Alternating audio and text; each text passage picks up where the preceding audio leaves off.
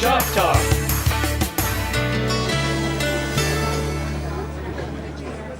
Hello and welcome to another edition of Shop Talk. We're here today at Beltone with Mark Bogner. Mark, nice to meet you. Yeah, good to see you, Grant. So, you know, Beltone is a familiar name. It's been around a while. How long has it been around? Well, we're actually celebrating our 75th anniversary this year, so it is probably the oldest hearing aid company in America, and it started back in 1940, you know, down back just right before we got into World War II, and so it's been around a long time. A lot of history with Beltone, but also a lot of history with knowing how to build good hearing instruments. Yeah, tell us about exactly what Beltone does.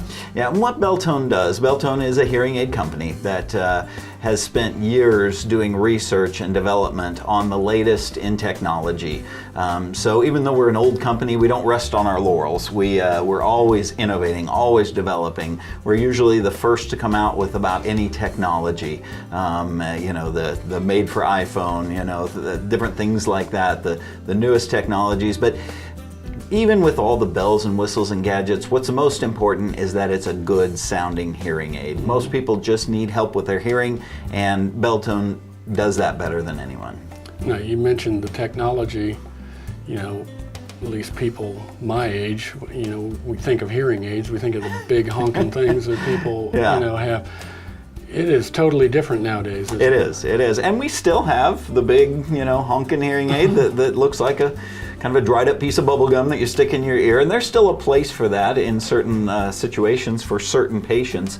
But yeah, the technology has come a long ways, and it's mostly because of the miniaturization of computers. The computer chips that are in modern hearing aids now, you know, they're supercomputers from the 1970s. They would have taken up the size of a building, and now you can get them behind your ear.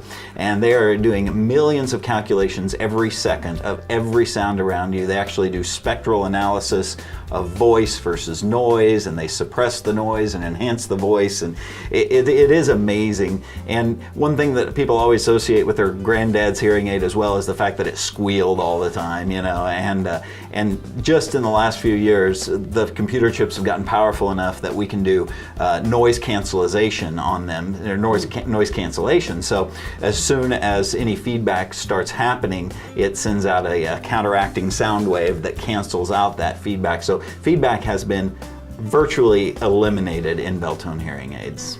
So if I'm someone who maybe thinks they're having some trouble with their hearing or whatever, what is the process that I need to do, you know, to see if I need some help? Right. The first thing is set aside enough time to get a good evaluation, and the evaluation is always free. It's free to be tested and to find out if you've got a problem, number one. Number two, if it's the kind of problem that a hearing aid will work for. And then number three, if the hearing aid is the solution that you're wanting to go with at that time. So we set aside 2 hours for every patient, and we do a complete test, which includes us asking a series of questions which kind of give us a background and why they may be having trouble hearing and what's the most important situation for them to hear in. Then we do a complete, what we call an otoscopy, where we look in the ear and see if there's any physical reason why they're not hearing. You know, whether there's, you know, excess of wax, or there's a growth, or a hole in the eardrum, something like that.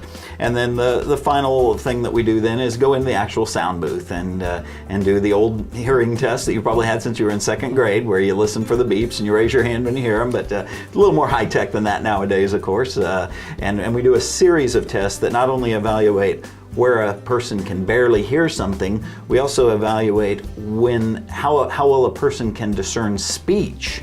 Because, you know, it's one thing to hear a beep, but it's something completely else to be able to understand a word. And then we also evaluate at what point sounds become uncomfortable for a person. And then we do a fourth test, which helps determine whether the problem is occurring in the inner ear, the middle ear, or the outer ear. Because there are certain medical conditions that need to be referred to a doctor before a hearing aid is fit. Yeah, talk about maybe the risk involved with not addressing an issue? Yeah, well, we have just recently gotten a 20-year study from Johns Hopkins University, independent study, wasn't funded by any hearing aid company or anything like that, and they were just really curious. They wanted to follow a group of people around for 20 years and compare those that got help with their hearing with those that didn't get help with their hearing. And the results were astounding. The ones who did not get help with their hearing were 300% more likely to have developed dementia and Alzheimer's, so a 3 times increased risk, much higher likelihood of falls and broken bones, much higher likelihood of just hospitalizations and just poor health in general. And then one I think that's really important that a lot of people shouldn't overlook is they were much more likely to be depressed and anxious and withdrawn from their family.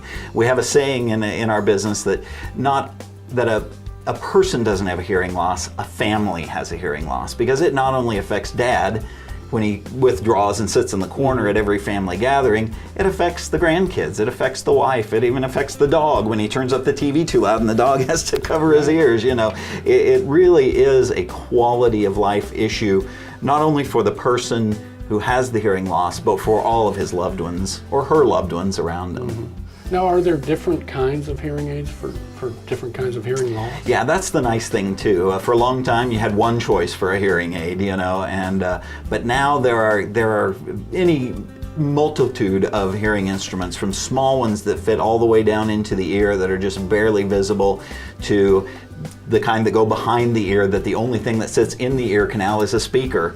And then there are high-powered hearing aids for people that are have a profound hearing loss. So there's a full family of Beltone hearing aids that can fit almost every hearing need. What about with a cell phone?